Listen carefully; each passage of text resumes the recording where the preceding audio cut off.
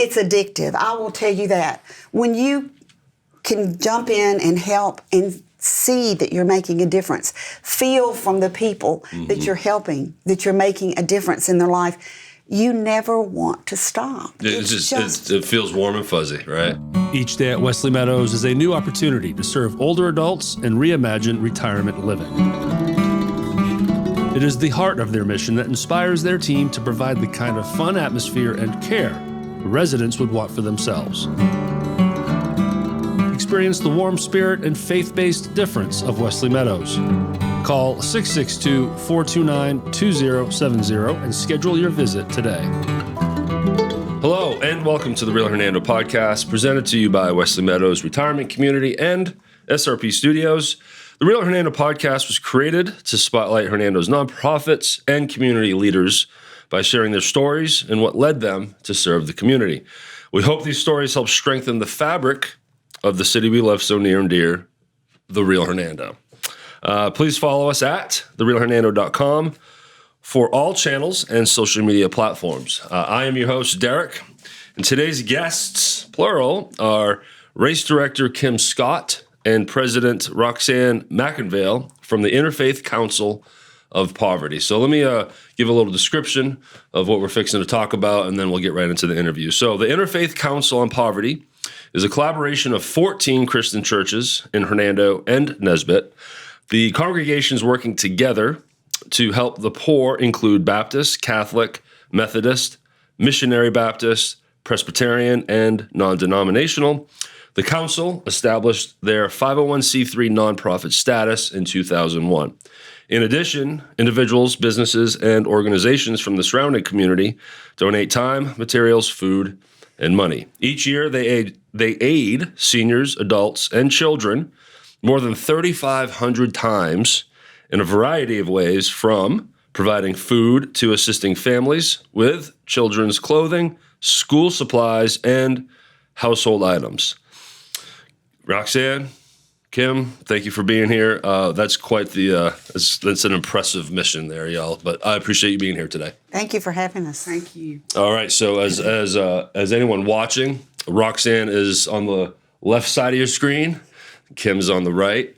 And to give some context, Kim reached out to me and asked if we could do this. And I'm glad that it finally came to be. Me too. I'm really excited. Yeah. So what this is all about is showcasing and spotlighting awesome organizations like y'all. There's a lot to cover here. But let's add to maybe the description a little bit. And then let's get to the origin story and why this is, how it started, and then really give some good education on the different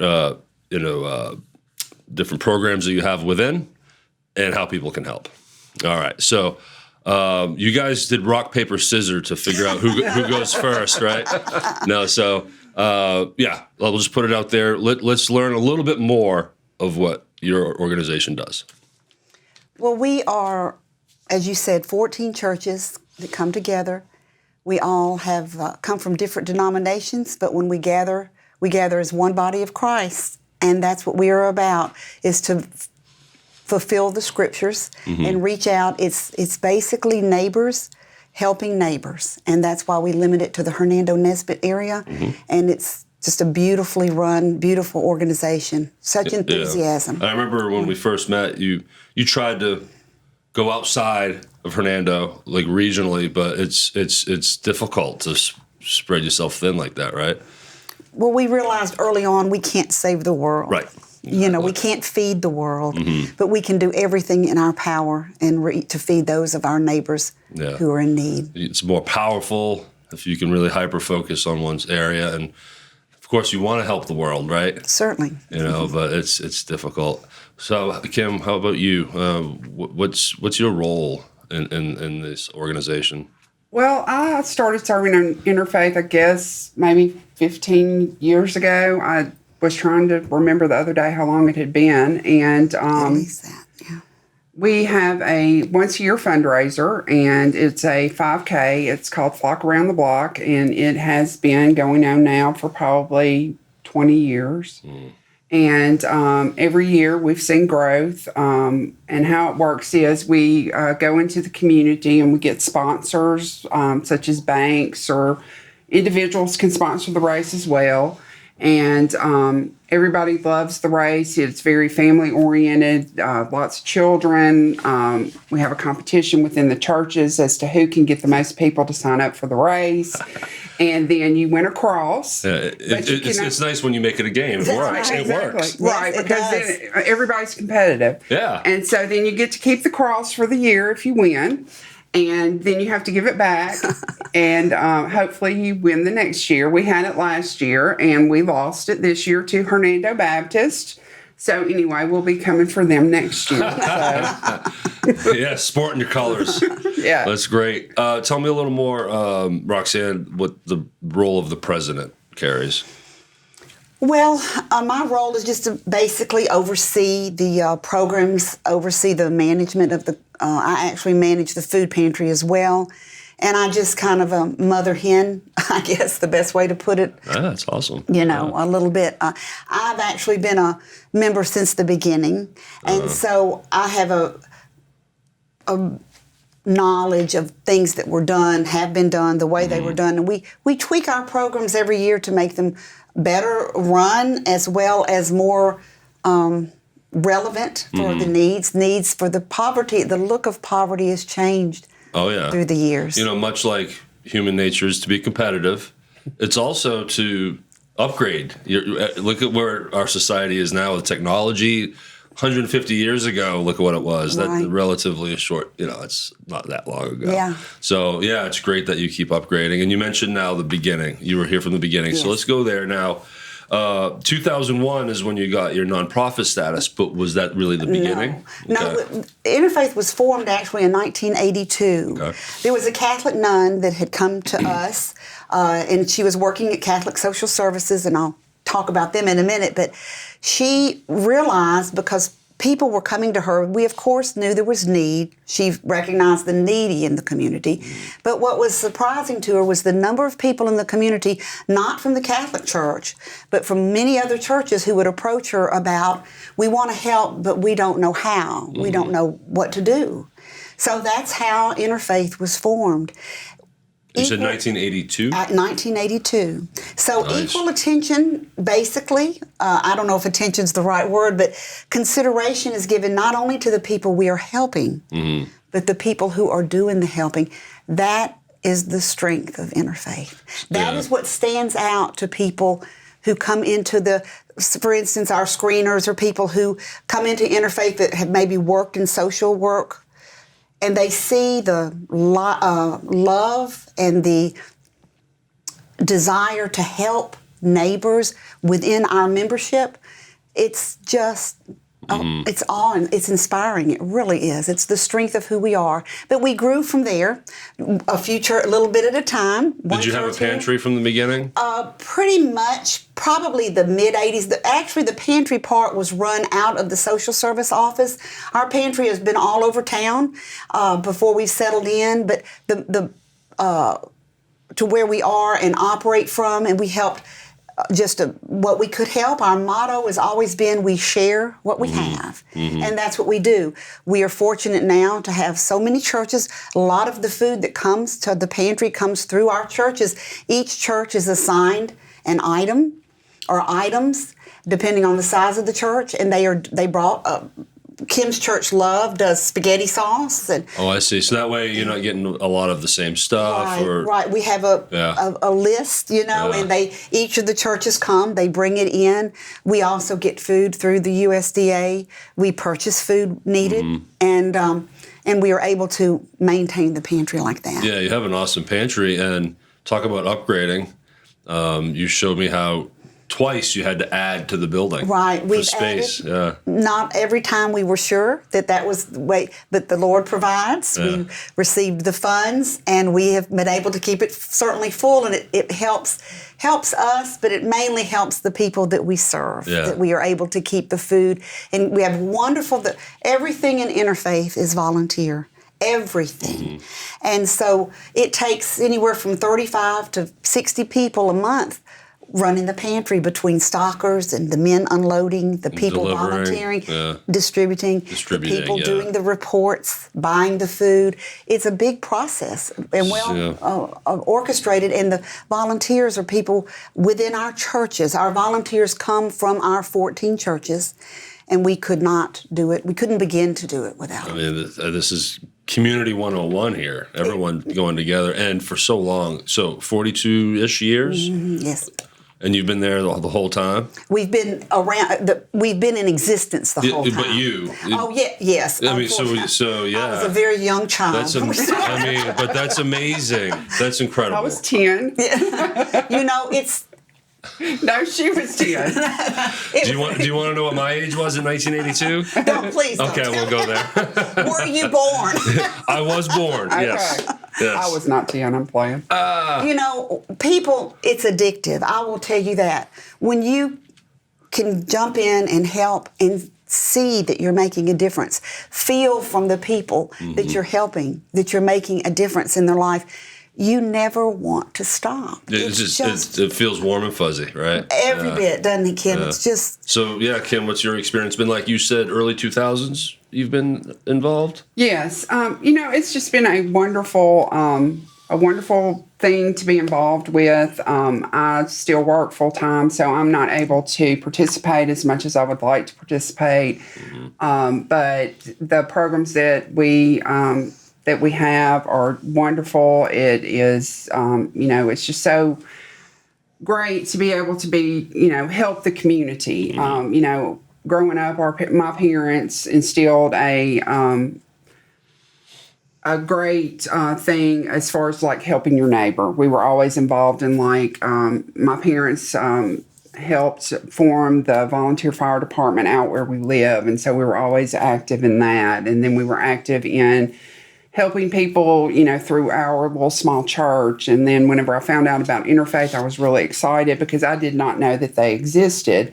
And so when I found out about that, I was ready to go serve. I was just really excited about it. And it's been a great, it's just been a great opportunity. It's a blessing, right? Yeah, it really is. Truly it is. Yeah, absolutely. And we all appreciate you. Thank you. For sure. I noticed, we'll talk about some of the programs that you support. Precious in Pink, Meals on Wheels, Juvenile Detention Center, and local DeSoto County Schools. I've personally I've met John Hornsby from Meals on Wheels. He's been in here. He sat in my chair. I used to be opposite.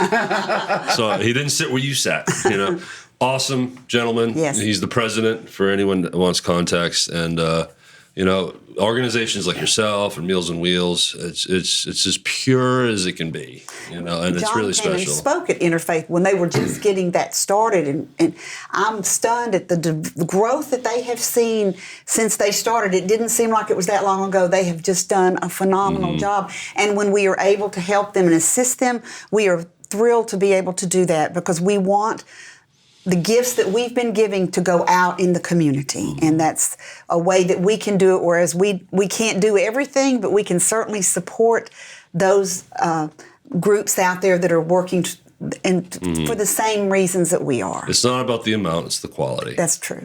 So let's talk about, I'm going to call them pillars, as far as programs that you all have that I pulled off your flyer.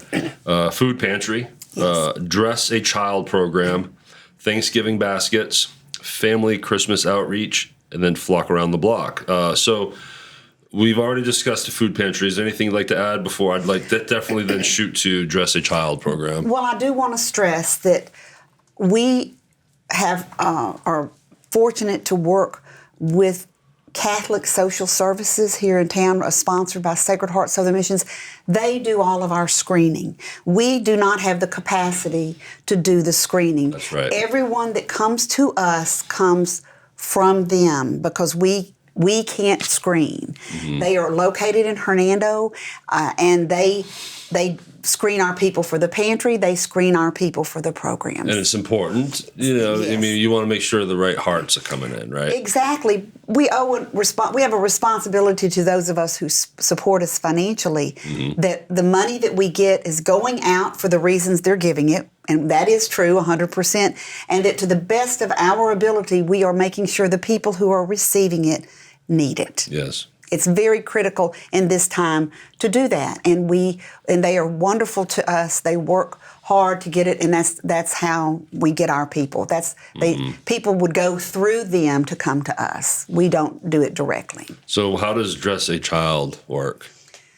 Dress a Child. First, let me tell you this: that the sister who started the program, Sister Margaret Quinn, and she said this to me directly when we had been in operation for a few years doing Thanksgiving, Christmas, and the pantry stuff. But we started Dress a Child, and she said to me, it's very important that people understand that when someone is poor, they're poor all year long, not just at Christmas Every and day. Thanksgiving. Yeah. And so we selected, I'm not even sure how that happened, around the beginning of school, because that's such an expensive time for families. And so we get the names, we help children through the 5th grade, local children, and they are provided with clothes, shoes and socks, backpacks, and school supplies. That's outstanding. It's a tremendous help. And the churches, this is the beautiful part of what happens with Interfaith. We don't just go into the treasury and take money and go shop. The children's information, not the names, just the sizes. We are very you keep it anonymous. Yes, very protective of people's privacy. Especially minors. Yes, right? It goes to the community. Like Kim's church will take several children, and then within those churches, they do that shopping. Oh, they can choose and pick from. And the ideal cool. thing is when a family will take a child and then take their children and shop. That works beautifully. Sometimes churches do it the different ways. Every church makes the decision about how they do it. Yeah. But it's just a wonderful thing. But it keeps the people involved. It keeps our families who want to help understanding that, gee, this is an expensive time for me. What must it be for these people who are struggling? And school is scary enough for kids, right, especially in those grade levels. And if they're worried about going to school with ratty clothes and ratty shoes, whatever, and know they're going to get bullied. And not having the proper supplies. We're really tough with this. We get the money for the supplies, and we pull. We know where the child's going to be as far as school and grade. We pull from the DeSoto County Schools website that particular supply list and buy specifically according to the request by the teachers. And those are bagged and then taken and delivered, in most cases delivered directly to the schools like the day or two before the first day of school. I also really enjoy the part that you kind of let them shop. I mean, you let them pick. Oh, it's important. Because I think that will also give them a sense of security. Like, they're making decisions that, I guess, if there was just hand-me-downs and they're just having to force, this is yours, you got to wear this. That's awesome. Like, let's not downplay that. But to let them have some freedom and put their personality into it. I really like that shirt.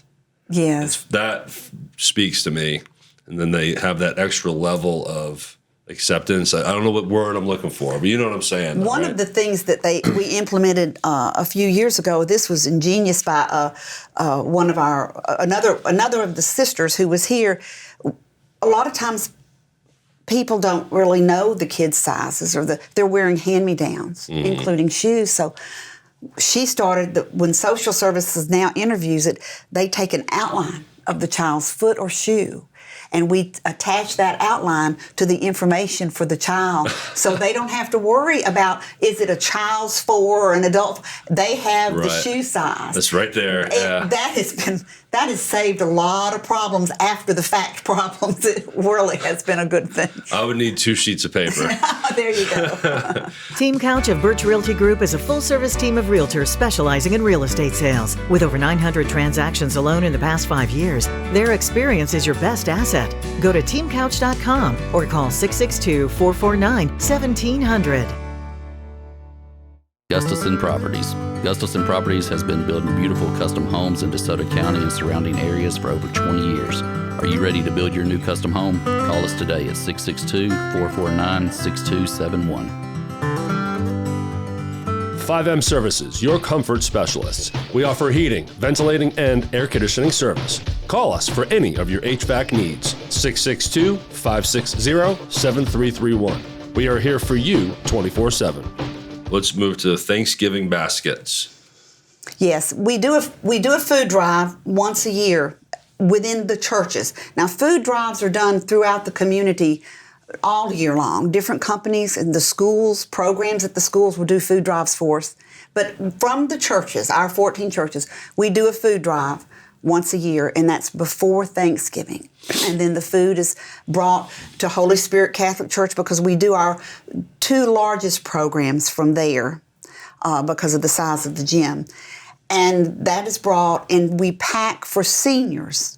Seniors only on Thanksgiving is who we assist. The nice thing about that is they are home delivered. We have people from all over the community come in. We have maps and directions, and then we load their cars up with how many they're going to take and then they go to the homes. And that's a beautiful program. They can visit with the people. Mm-hmm. Everybody, I don't know, about 3 years ago, I said, we may just have to stop this delivery thing. It's just really getting so hard to do these routes. Whoa, I thought I was going to be run out of town. I said, well, that's obviously not the way we're supposed to go. Yeah. But anyway, it does work beautifully. Yeah, and we touched on that with John Hornsby from Meals on Wheels, and it becomes a relationship, doesn't it? And, yes, it does. Not only do these people need help with clothing and food and monetary things, but a lot of these older residents are lonely. Yes. They don't have maybe some family around, so it's nice to have friendly faces coming over and helping. So that's a big part of it. And I do want to tell you that during COVID, we never missed anything. We never missed one day at the food pantry. We never missed delivery. During COVID, we would say, take the groceries and put them on the porch. Let them know you're here, and then the next year when it was a little kind of coming out but not quite out, several of our clients opted to pick up instead of having it delivered. But last year they were back. Most of them had it delivered. So we weathered that storm without having to do any loss of our mission. And that was a crazy storm, wasn't it? Yes, it was. I mean, good for you. Because not to get political, but the storm was what it was. But you guys couldn't stop doing what you're doing. Well, you were supposed to stop serving the people. It made. How did we do that, Kim? When we were packing for Christmas, we had to do it in hourly. Didn't we do that? We did. And for the volunteers to come in. The volunteers would come in, and instead of everybody coming in at once, we separated it into hours, and that's right. We wore masks, and so that was a little bit. Weird and difficult. When you're working with volunteers, it's real important that you have something for them to do when they get there. So my first group, I would say, okay, well, this is what we were going to do in the first hour. Now we need to stop because hour number 2 needs to have a job when they come in. Different teams. The one thing about our volunteers, when they get on site, they are all about it. And they want to get it done, and they do such a wonderful job and get the job done. I want to circle back to how to be a volunteer and how they can do that. But let's continue down the list. So moving to the next holiday, Christmas, you have Family Christmas Outreach. Let's learn more about that. Again, through social services, they give us the information that we need for families.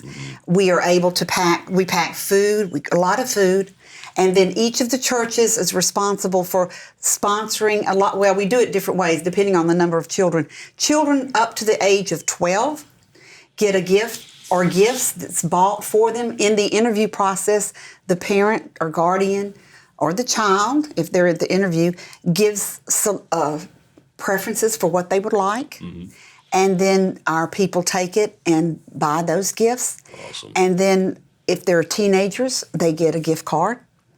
And so then we. I have a 14-year-old. It's all about what Well, they, we just gave up here's a some long money. You time buy what you ago. want. Well, we figured how many basketballs could they use, So Yeah. we and then they get the gifts, and then we do family gifts like laundry baskets, blankets, towels, kitchen accessories, dish towels, personal items. Essential What am I forgetting? stuff. Yes, Essentials, essential stuff, right? And then a lot of times we are able to have a donation or something comes in that brightens up. Last year we got a donation of gift wrap.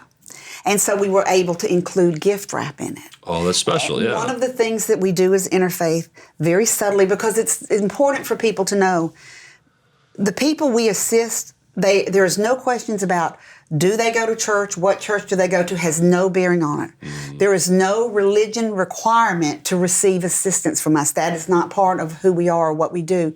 We don't stop them on and give them a lecture or preach. Mm-hmm. We are subtly showing them. You're helping your fellow Right. But men, we do put women. in the Christmas a small little, either a little ornament that shows the nativity or something genuine, just very subtly speaks to them about this is who we are and why we are doing it. We are here because of Christ. That could be the final little touch that really puts them at peace. Well, we want them to know it's not about who we are, it's about who He was. Yes.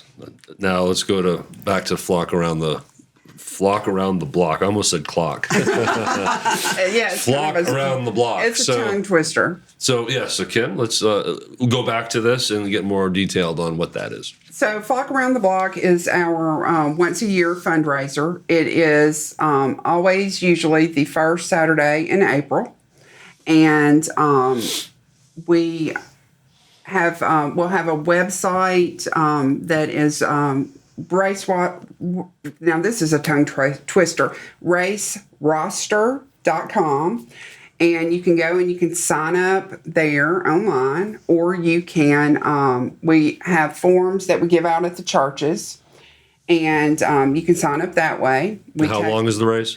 The race is 5K, Okay. which is, I think, 3.2 miles. 3.2, then I can handle. Yes. And you can walk. You don't have to run. Okay. It's family friendly.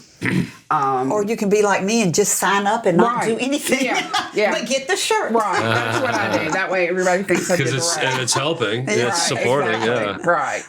It's like I say, we just want your money. You don't have to do the race. Because some people don't want to. Yeah. But, it's really a fun event for families. It's fun for us because we get to visit and we all like to visit.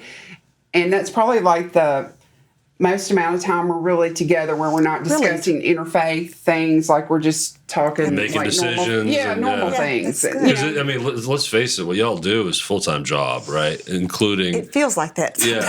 on top of your careers too. So Right. it's extra. So there's a lot of work behind that. So the race is just kind of a way to let loose and have some fun, right? It's it's healthy, it's fresh air, you get some Yeah. exercise. People from the community too. It's just a Yeah. real fun time. It really is. It's lots of fun. And then we have the whole cross thing, which is, a lot of fun. And, we all pick at each other about that. And it's always really fun when we get to the end numbers and the numbers are crunched and we see who, which church has come out on top. And really, Again, that competitive thing, I right? have to tell you, we should really do it based on a percentage because Love is one of our smaller churches, as is Nesbit Presbyterian, and I think combined they've won it more than the bigger churches but we base it on numbers. So, it's just really it's just fun. It just adds some fun for us. Again, it taps into that competitive nature we have, so it makes it a little exactly. fun, All right, now,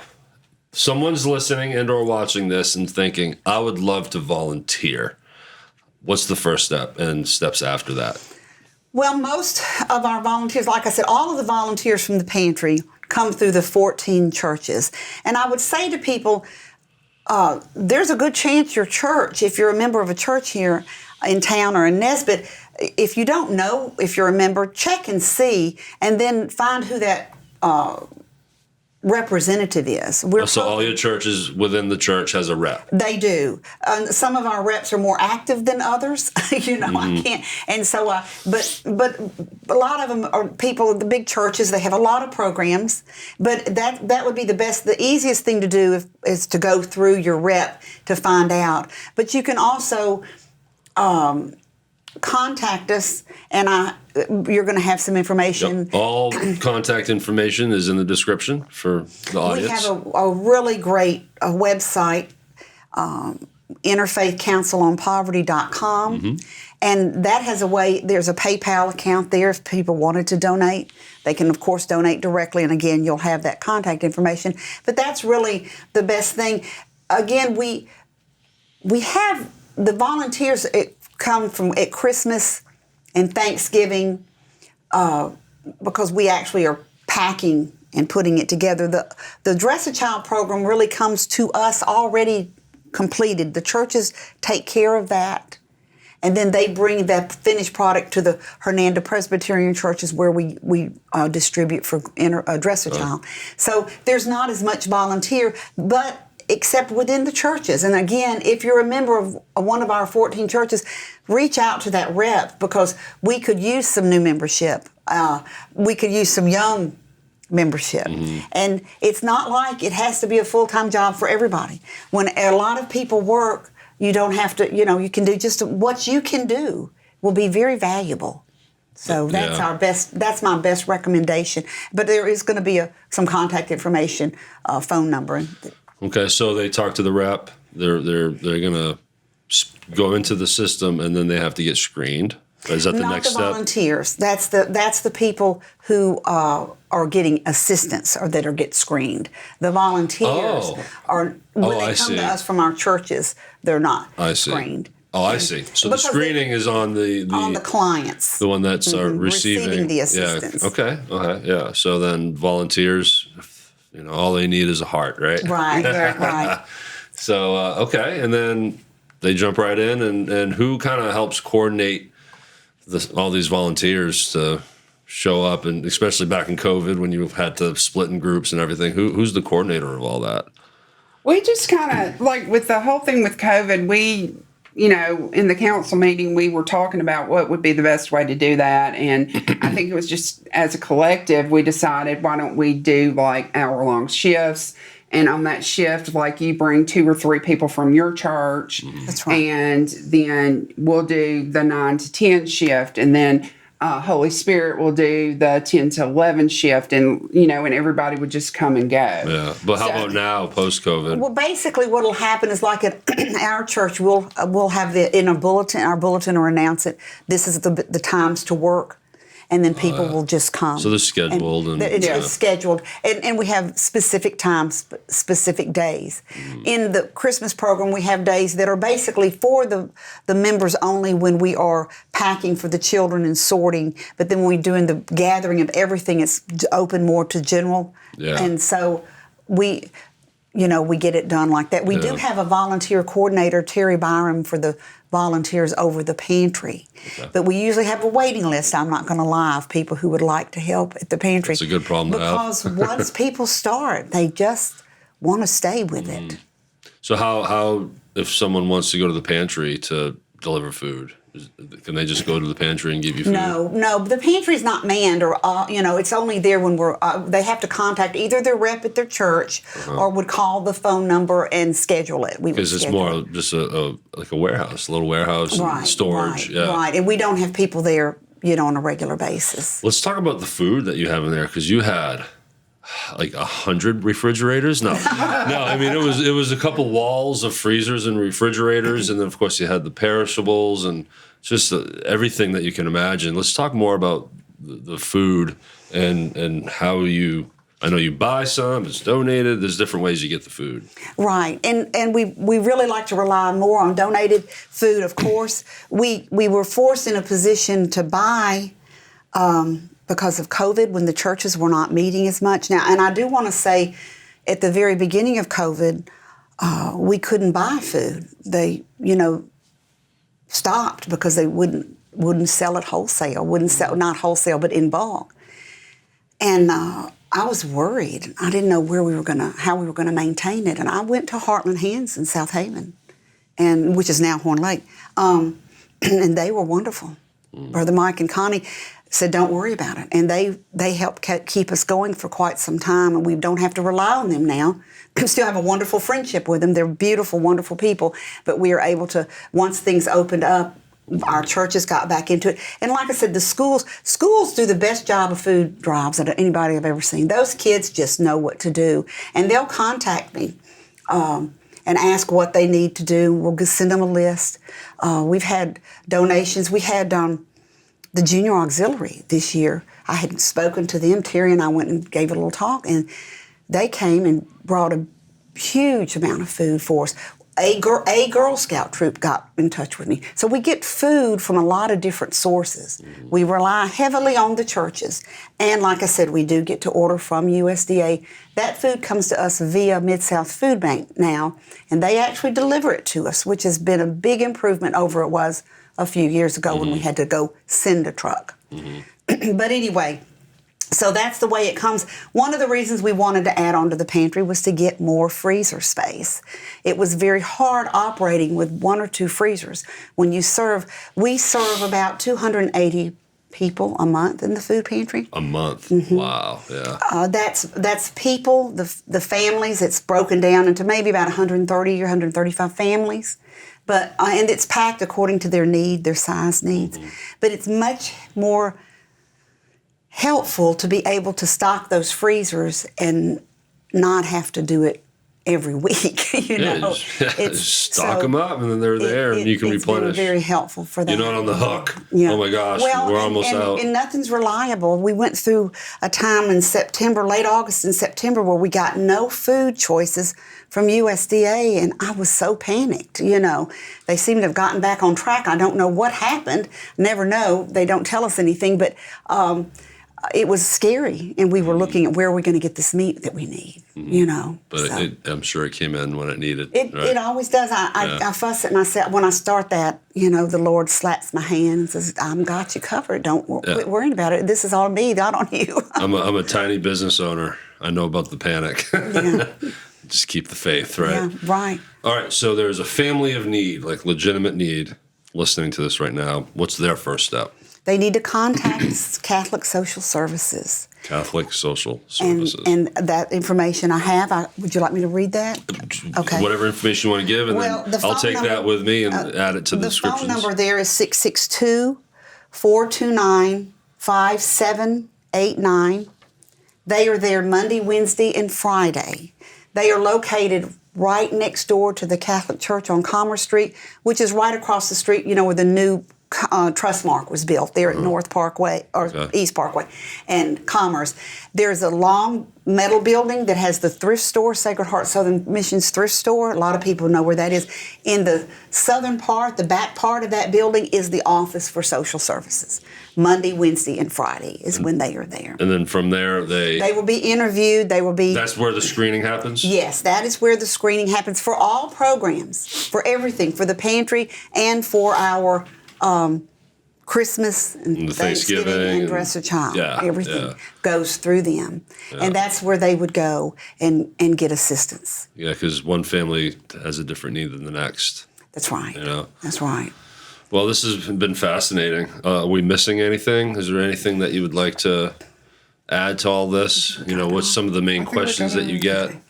Let's say a church is listening and they want to get involved. How do they become the 15th church? They can contact us. The best way to do that is through the phone number or the website. Okay. Or they can. We have a post office box 424 for Interfaith Council.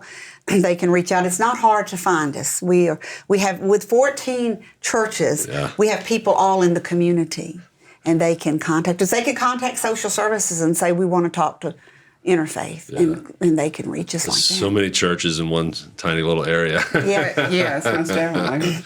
And when we work together as a community of one, we get so much more accomplished. It's just my beautiful. goodness, yes. It's just beautiful. When I look out over that floor at Christmas, the whole floor is covered with food and gift items for these families. I think working together, we're so strong. Oh, for sure. And I'm honored and blessed to have found myself in a position where what I do best is build platforms for people to share their stories and spotlight businesses, but now organizations.